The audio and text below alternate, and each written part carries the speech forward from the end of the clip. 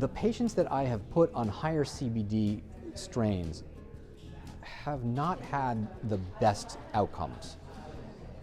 I think that at the moment CBD is very much a darling because it's non-psychoactive and that's wonderful, but the problem with something that's non-psychoactive is we don't really have a good way of discerning it from the placebo effect, which has its own validity, but it's not the way to make sort of scientific and medical progress.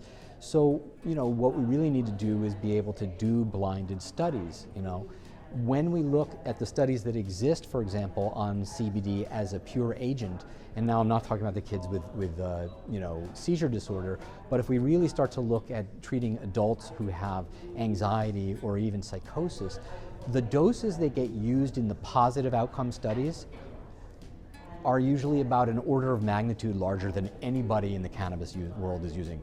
800, 1200 milligrams. Right, exactly.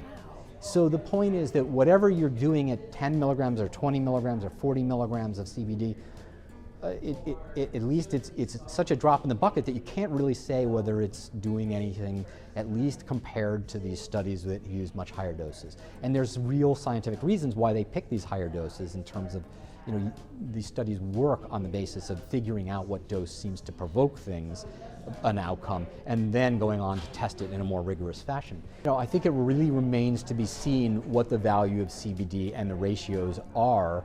People over the years have handed me, samples of such and such a product, and they might, have a 20-to-1 CBD ratio or something like that, and you look at that and you're like, great, but total milligrams in this entire jar is like 20.